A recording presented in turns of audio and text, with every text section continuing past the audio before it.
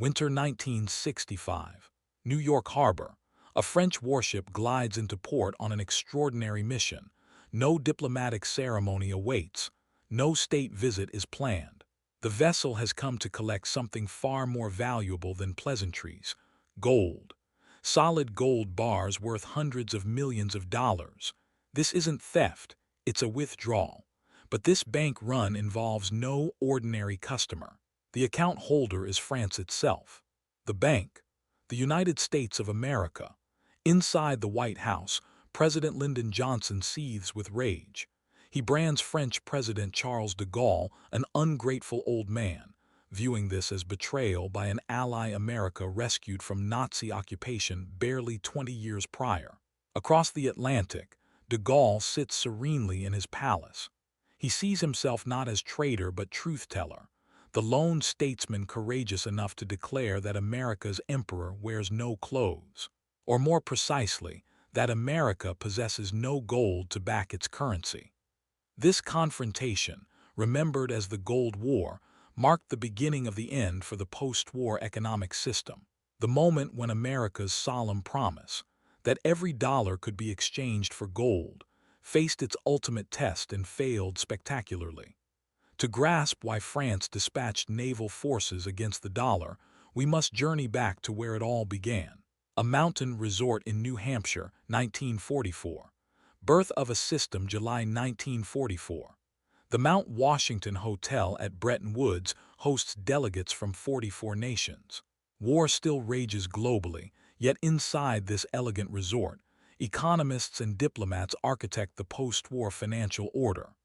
The Great Depression's devastation haunts them: currency chaos, trade wars, economic collapse. They're determined: never again. Their solution: stability through cooperation and fixed exchange rates. America dominates the negotiations completely. While Europe smolders in ruins and Japan lies devastated, American factories in Detroit and Pittsburgh produce war materials at unprecedented rates. Beyond industrial might and military supremacy, America possesses the ultimate trump card: approximately 20,000 tons of gold, nearly two-thirds of global reserves. By 1945, when worldwide central gold reserves totaled $36 billion, America controlled 55%. This concentration of wealth was unprecedented in human history. Treasury Secretary Henry Morgenthau and economist Harry Dexter White present what seems an elegant solution. The dollar becomes the system's centerpiece. Every currency, francs, pounds, marks, yen, pegs to the dollar at fixed rates. The dollar itself remains anchored to gold at $35 per ounce. Other currencies can fluctuate within a narrow 1% band against the dollar, but the core relationship stays locked. This creates what economists call a gold exchange standard, a gold standard with the dollar serving as intermediary. Brilliance defines this arrangement. A dollar held anywhere, Tokyo, Rio, London, Johannesburg, represents more than paper. It's a golden receipt. Any central bank can theoretically march into the U.S. Treasury and exchange paper for precious metal. The dollar becomes what economists term the reserve currency, the money nations hold as savings and use for international commerce. It's a privilege no other nation enjoys. For 2 decades, magic unfolds. The system fuels history's greatest economic expansion. Europe rebuilds through Marshall Plan assistance, billions of dollars flowing across the Atlantic to reconstruct shattered economies. Japan transforms from ashes to industrial powerhouse, becoming the world's second-largest economy. Trade flows freely across oceans. International commerce expands at rates never before witnessed. The dollar reigns supreme, trusted and desired everywhere. American tourists travel globally with confidence, their dollars welcomed in every corner of the world. American corporations invest internationally, purchasing assets without hesitation, building the foundations of today's globalized economy. The mathematical time bomb, yet a fatal flaw, lurks beneath the surface. Sharp economists and one obstinate French general recognize it early. The most prominent among these was Jacques Rueff, a brilliant French economist who had warned about these dangers since the 1940s. Rueff, who would become President de Gaulle's most trusted economic advisor, understood that the Bretton Woods system contained what he called a monetary sin, the inherent contradiction of using a national currency as the international reserve asset. The flaw is simple arithmetic. As global commerce expands, nations require increasing dollar quantities for trade. Every oil barrel, wheat shipment, and international contract demands dollars. America must print more currency to satisfy this hunger, initially manageable when gold reserves provide adequate backing. But by the early 1960s, alarm bells ring. America prints dollars far faster than it mines gold. The ratio becomes increasingly dangerous. Multiple pressures drive the printing presses into overdrive. Cold War expenses mount. Global military bases from Germany to Japan to Korea to Turkey to the Philippines require constant funding. Maintaining hundreds of military installations worldwide costs billions annually. Soldiers demand paychecks. Weapons require manufacturing. Allies need economic support to remain in the Western camp. Most expensively, by mid-1960s, Vietnam War costs explode exponentially. Johnson dispatches hundreds of thousands of additional troops in 1965 alone, each soldier costing thousands of dollars annually. The war consumes money like a furnace consumes coal. Simultaneously, his Great Society programs, Medicare, Medicaid, food stamps, urban renewal, create a massive domestic welfare state requiring enormous government expenditure. The numbers terrify informed observers. By 1960, U.S. gold reserves sink to roughly 16,000 tons from the 20,000-ton peak. By 1965, they plummet to approximately 13,800 tons. The bleeding continues relentlessly. Meanwhile, foreign dollar holdings skyrocket. Foreign governments collectively hold more paper claims than America possesses gold to honor them. The mathematics becomes stark and undeniable. If even a fraction of dollar holders simultaneously demanded gold redemption, America would be unable to comply. It's a wealthy man writing unlimited checks while his bank account drains. Everyone accepts the checks believing him rich. But if everyone simultaneously cashes out, bankruptcy reveals itself. This is precisely what Jacques Rueff warned would happen. He called it the gold exchange standard trap, the inevitable collapse when paper claims exceed gold backing. The general who saw through the illusion entered Charles de Gaulle, a colossus of 20th century history. Born 1890, World War I veteran, wounded and captured during battle. When France surrendered to Hitler in 1940, he refused submission while most French leaders capitulated. From London exile, he led Free French forces, becoming the resistance symbol and the embodiment of French honor. After the war, he retired from politics temporarily, but returned to power in 1958 as France faced potential civil war over Algeria. Pride, fierce nationalism, and deep suspicion of Anglo-Saxon powers define him. De Gaulle insists, nations lacking total independence aren't truly nations. He despises France's dependence on America for defense through NATO or economic stability through dollars. Early 1960s. His financial advisors, particularly the brilliant economist Jacques Rueff, present disturbing data.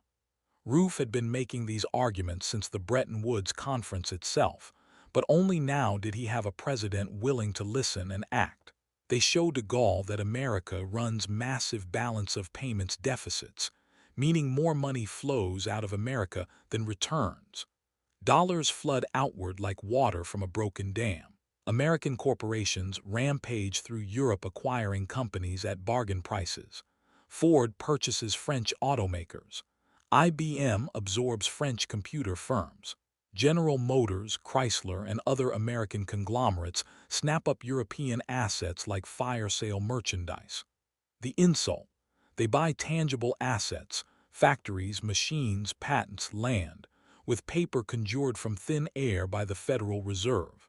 A French company wanting to buy an American asset must first earn dollars through real production, selling wine, cheese, perfume, Renault cars, fashion, luxury goods. France must labor for its money, producing goods the world desires.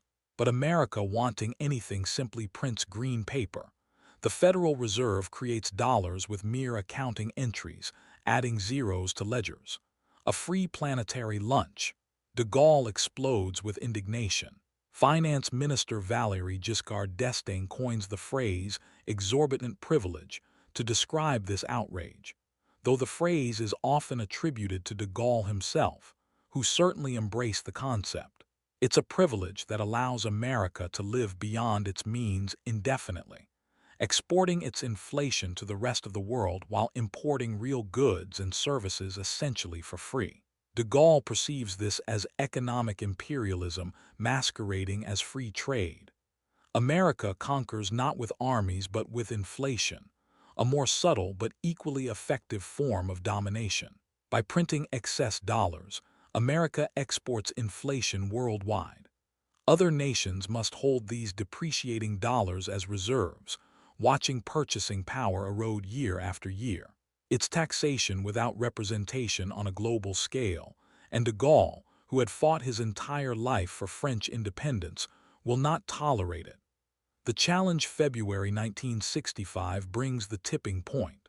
Vietnam War escalates dramatically. Costs reach billions monthly, a hemorrhage of resources into Southeast Asian jungles. The Federal Reserve pumps money systemically to maintain low interest rates and domestic prosperity. Johnson wants both guns and butter, fighting communism abroad while building his great society at home. The economic laws of scarcity mean he cannot have both without consequences. Inflation begins climbing, slowly at first, then more noticeably. De Gaulle and his advisors calculate the real numbers. The dollar trades at $35 per gold ounce officially, but with so many dollars circulating globally, held in central bank vaults from Tokyo to London to Frankfurt, the real value based on actual gold backing sits much lower. Some estimates suggest the real gold-backed value should be $70 or even $100 per ounce. Conclusion: America is essentially bankrupt regarding gold. It promised gold redemption for every dollar but issued far more claims than available assets, classic Ponzi scheme mathematics. The world's largest Ponzi scheme, blessed by international treaty. De Gaulle decides.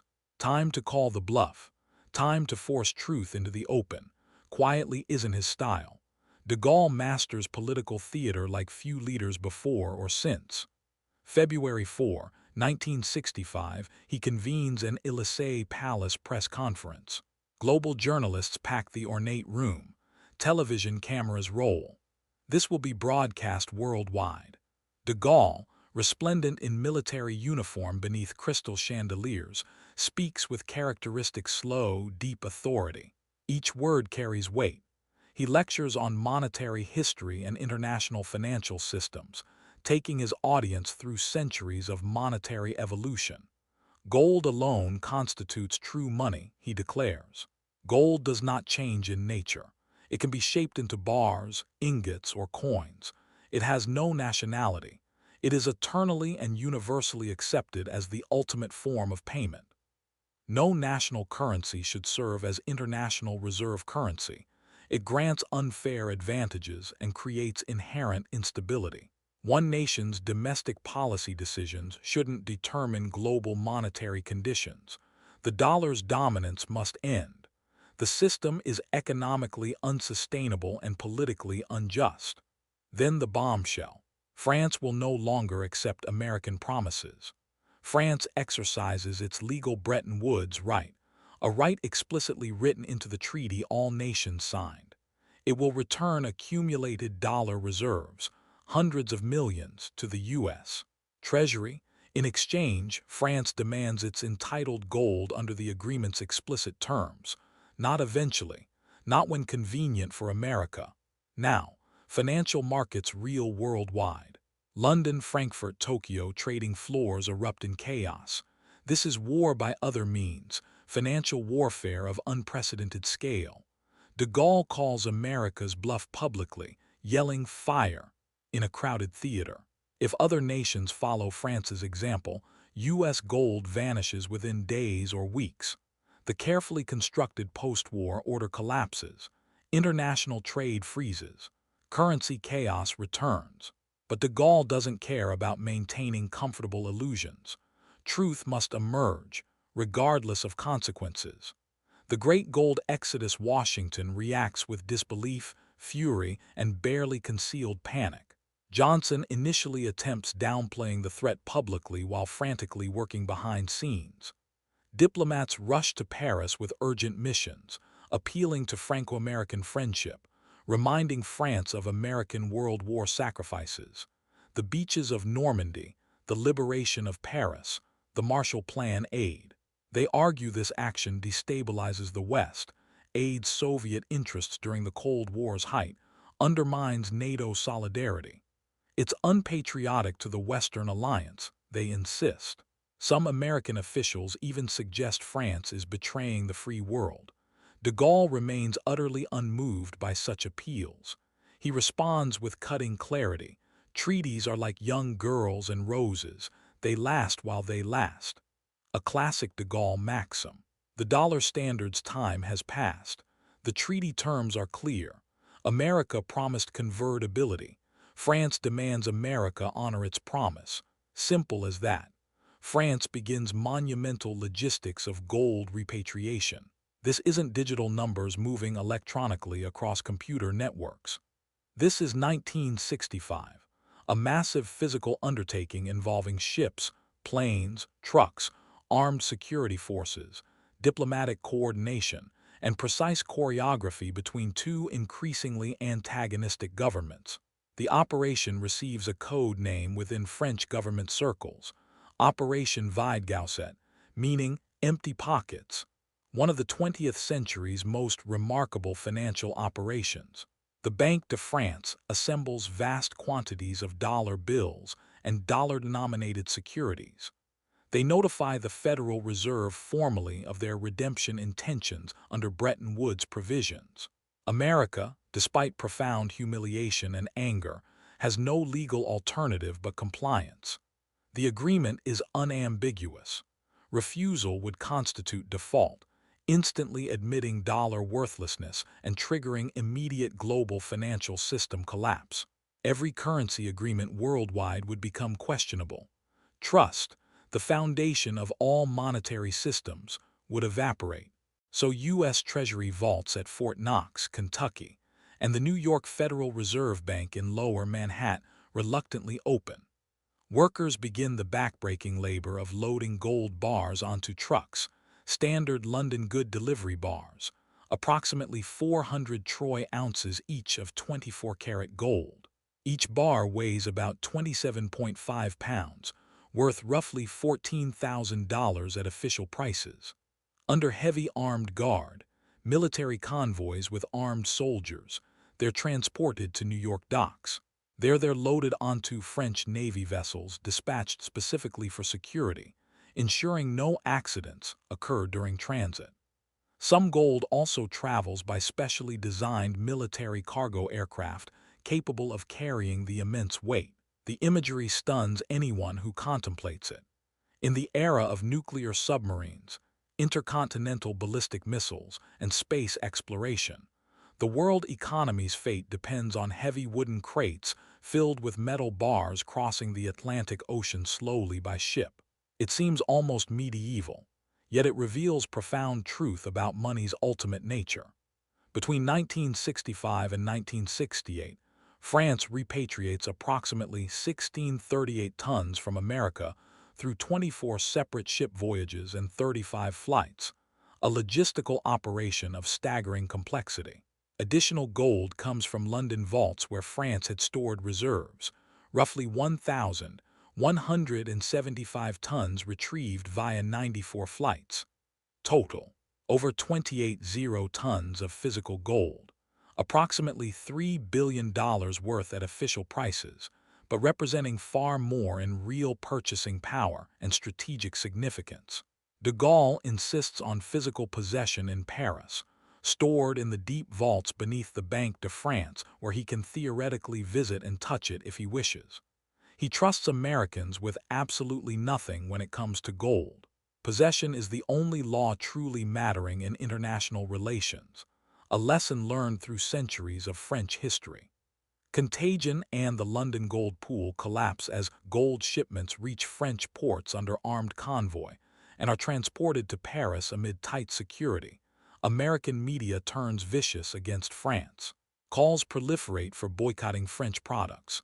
Angry Americans pour Bordeaux wine and champagne into gutters in symbolic protests. Editorials portray de Gaulle as greedy, ungrateful, treacherous, stabbing America in the back. Newspapers accuse France of undermining Western unity against communist threats. Political cartoons mock French cowardice and ingratitude. De Gaulle ignores public opinion entirely. He focuses laser-like on reality. American gold bleeds away relentlessly.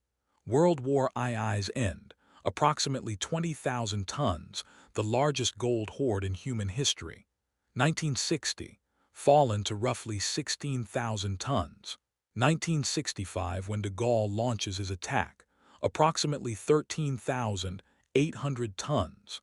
Now, with France extracting hundreds of tons quarterly in systematic withdrawals, the drain accelerates dramatically.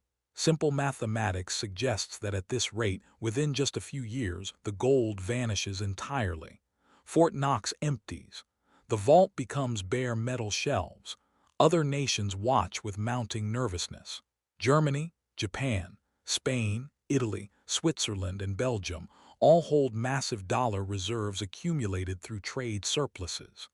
Their loyal U.S. allies relying heavily on American military protection, especially West Germany, positioned literally on the Cold War frontline with Soviet tanks just miles away across the Iron Curtain.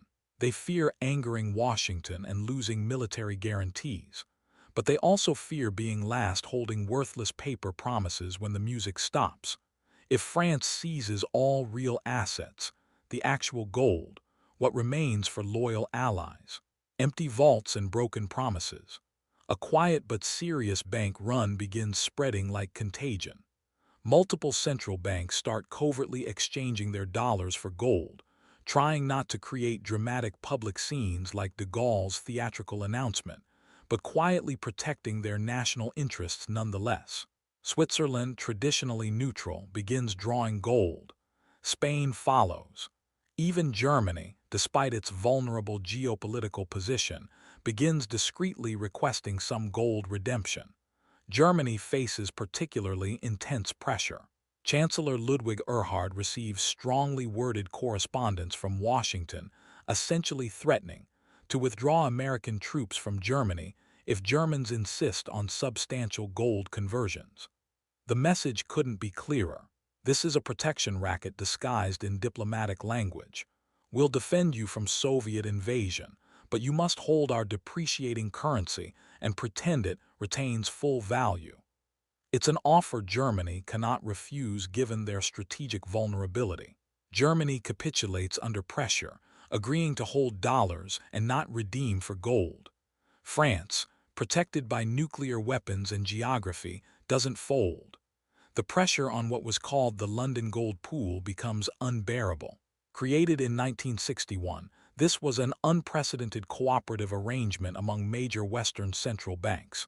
The U.S., Britain, West Germany, France initially, Switzerland, Italy, Belgium, and the Netherlands. They pooled resources to intervene in the London gold market, selling gold whenever the free market price threatened exceeding $35 per ounce. The goal: suppress gold's market price to maintain the fiction that $35 per ounce was the real value. But they were fighting market forces, selling gold reserves to maintain an artificial price while the dollar supply exploded. By early 1968, the London gold pool faces catastrophic losses. In March 1968 alone, the pool loses nearly 1,000 tons attempting to suppress prices, unsustainable bleeding. On March 15, 1968, an emergency meeting occurs. The decision: close the gold market immediately. For the first time in modern history, the London gold market shuts completely. When it reopens days later, the London gold pool is dead. In its place, a two-tier gold market system. Official transactions between central banks continue at $35 per ounce, but private market transactions can trade at whatever price supply and demand dictate. Immediately, the private market price jumps to $40, then $43, clear evidence the official price is fiction. The two-tier system is an admission that the Bretton Woods system is dying. It's applying a bandage to a severed artery. The bleeding continues. Nixon's radical solution: by 1968, the situation becomes critical. The United States loses over half its gold reserves since World War II's end. Vaults empty at alarming rates. French successfully repatriate thousands of tons. American public grows increasingly nervous. Dollar crisis. Talk proliferates in newspapers and evening television news. Import prices rise noticeably. Everyday Americans feel pain at grocery stores. The inflation de Gaulle warned about arrives on streets of American cities. Everything costs more: food, gasoline, housing, clothing. Then early 1971 delivers the devastating final blow. Britain, observing France's successful strategy and seeing the same troubling numbers, quietly approaches the U.S. Treasury with a request that sends shockwaves through Washington's corridors of power. Britain wants converting $3 billion of its dollar reserves into gold. They attempt handling it discreetly to avoid panic, but the sheer magnitude staggers American officials. Approximately one-third of America's remaining gold stock. If America pays Britain this amount, Fort Knox essentially empties. The vault becomes bare. The American dollar, supposedly the world's most trusted currency and foundation of global commerce, would be revealed as essentially worthless, backed by nothing but promises and printing presses. Richard Nixon now occupies the presidency. He inherited this increasingly untenable situation in January 1969 from Lyndon Johnson, who had effectively been driven from office partly due to Vietnam War costs and domestic unrest.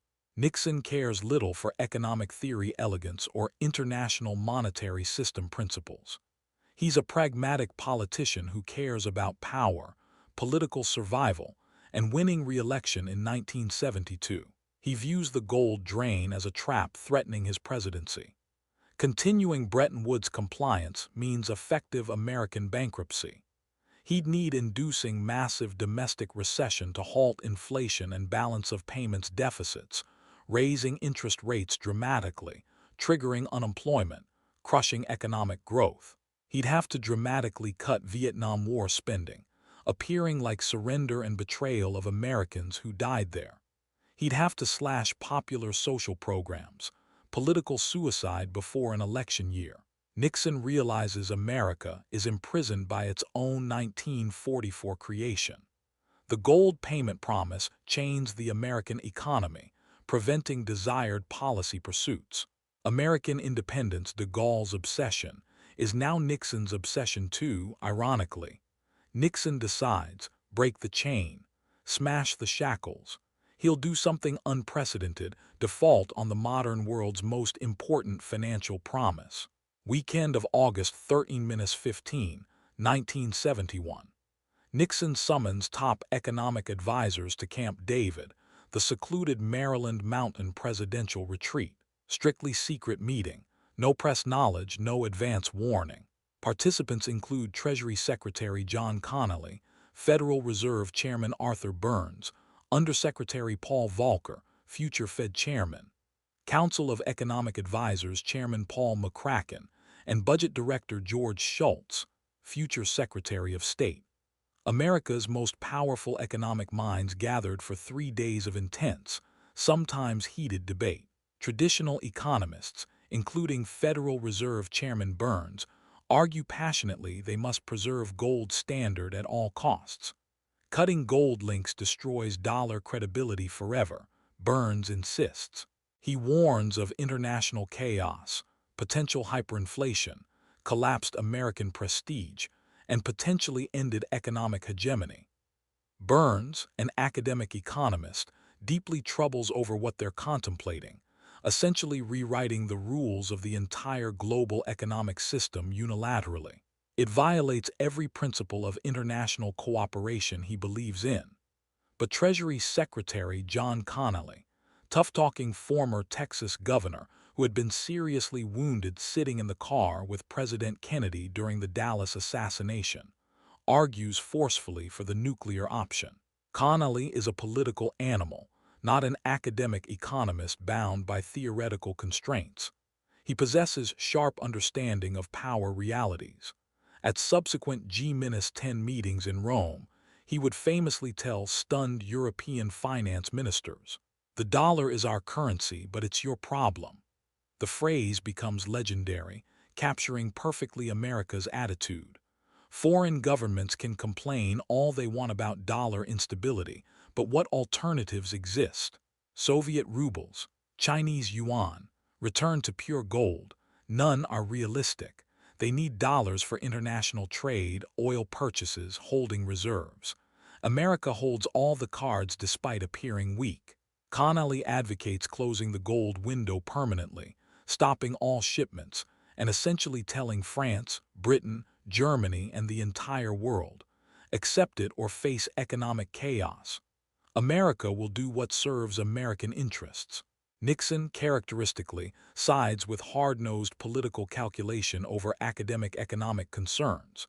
He understands power. On Sunday evening, August 15, 1971, 9:01 p.m. Eastern Time, timing deliberately chosen for maximum television audience, Nixon interrupts Bonanza, America's most popular television show. Millions of Americans expecting cowboys and frontier adventures get economic history instead. Nixon addresses the nation from the Oval Office, delivering one of history's most consequential economic speeches, though few watching understand its true significance. He positions himself skillfully as ordinary Americans' defender against mysterious, international money speculators, faceless villains supposedly attacking American prosperity. He announces a 90-day wage and price freeze to combat inflation, popular with voters who hate rising prices. He announces a 10% import surcharge, protecting American jobs, appealing to workers worried about foreign competition. Then, buried mid-speech after these crowd-pleasing measures, he drops the atomic bomb.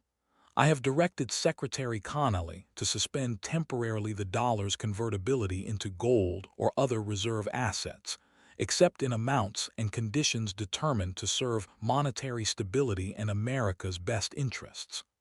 Notice that word, temporarily. It's a calculated lie.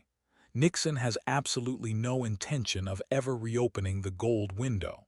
The word exists purely for public relations purposes, softening the blow, making it seem like a short-term emergency measure rather than the permanent revolution it actually represents.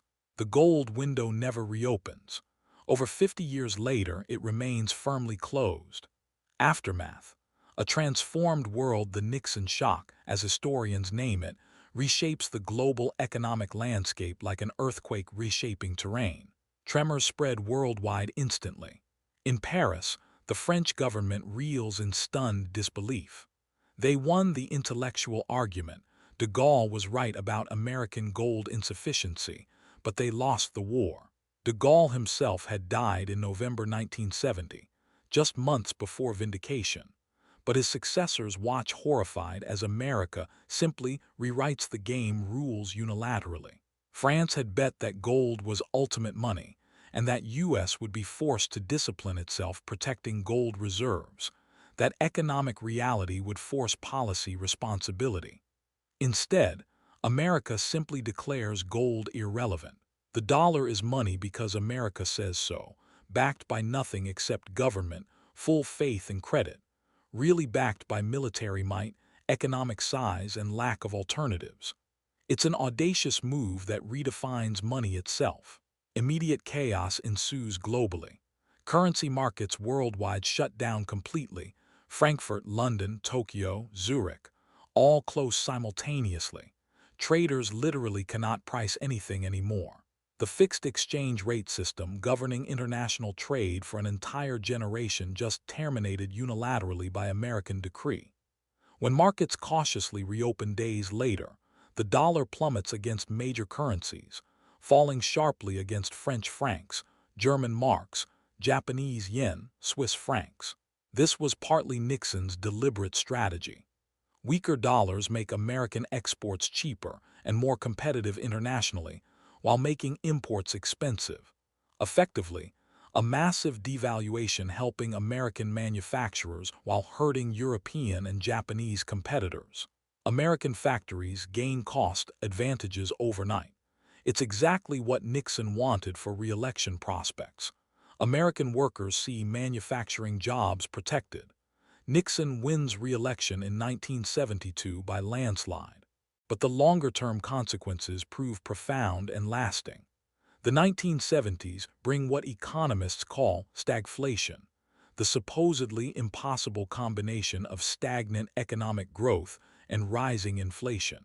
Unemployment rises while prices rise simultaneously, violating traditional economic theory suggesting these move inversely.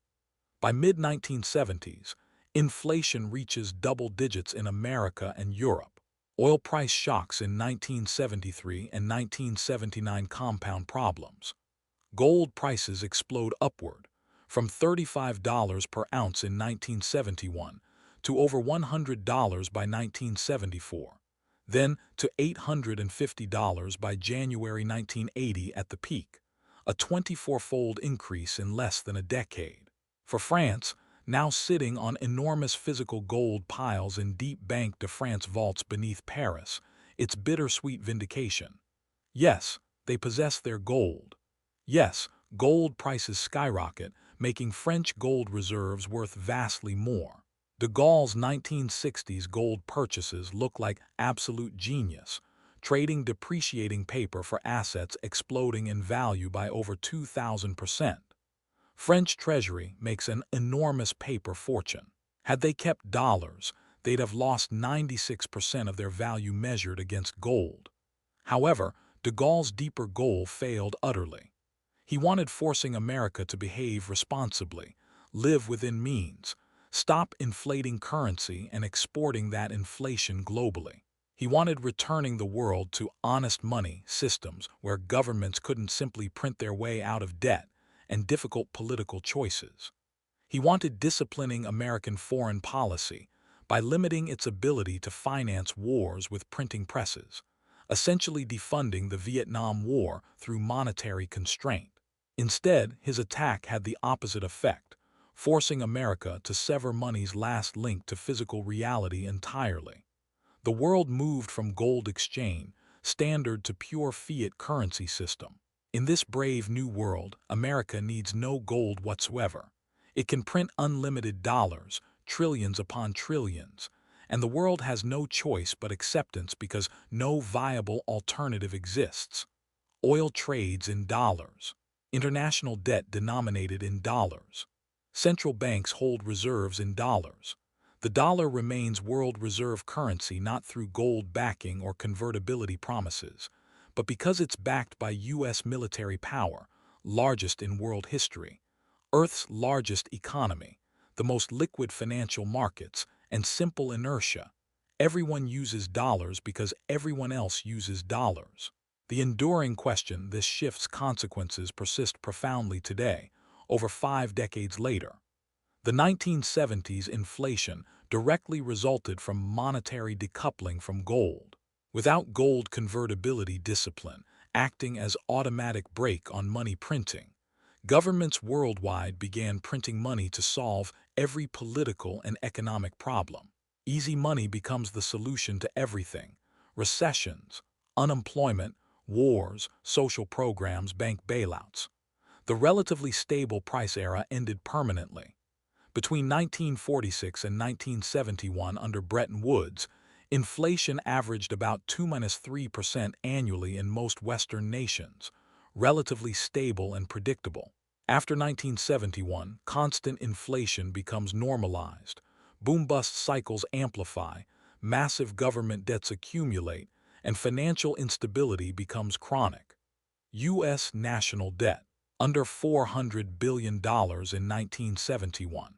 By 2025, exceeding $36 trillion, nearly a 100-fold increase. This debt accumulation would have been utterly impossible under gold standard discipline. Gold acts as a constraint.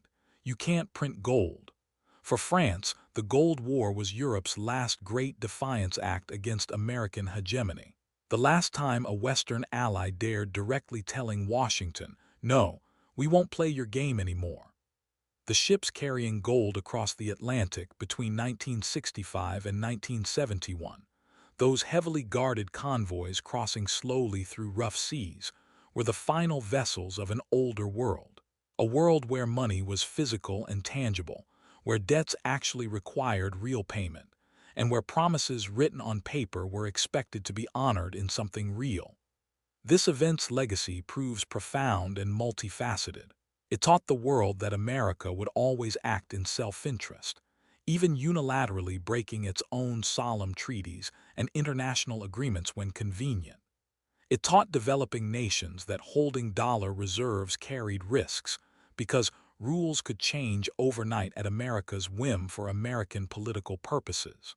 And it validated Charles de Gaulle's deep cynicism about international relations, his belief that nations have no permanent friends, only permanent interests. The Gold War was ultimately a battle between two fundamentally different philosophies of money and economic organization. Gold's philosophy, represented by France and de Gaulle, valued stability above all: history, tradition, tangible assets, constraints, discipline.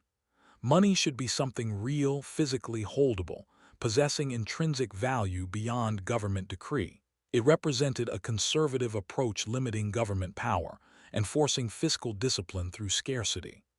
The dollar's philosophy, represented by America, particularly pragmatists like Nixon and Connally, valued flexibility, economic growth, and state power to manage and manipulate the economy through monetary policy. Money was ultimately just a tool, a social construct that could be engineered and modified serving policy goals.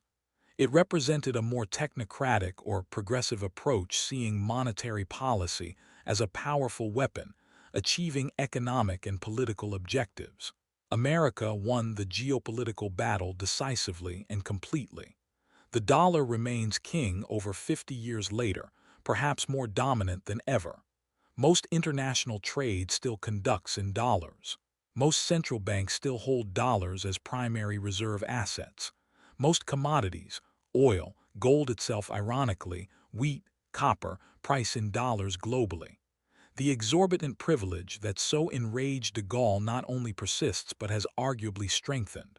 America can still run massive trade deficits, borrow in its own currency without exchange rate risk, and export inflation through dollar printing. But France won the moral and philosophical argument decisively. The instability, recurring debt crises, persistent inflation, massive wealth inequality, amplified boom-bust cycles, and repeated financial crashes plaguing the global economy since 1971 directly result from ignoring de Gaulle's February 1965 press conference warning.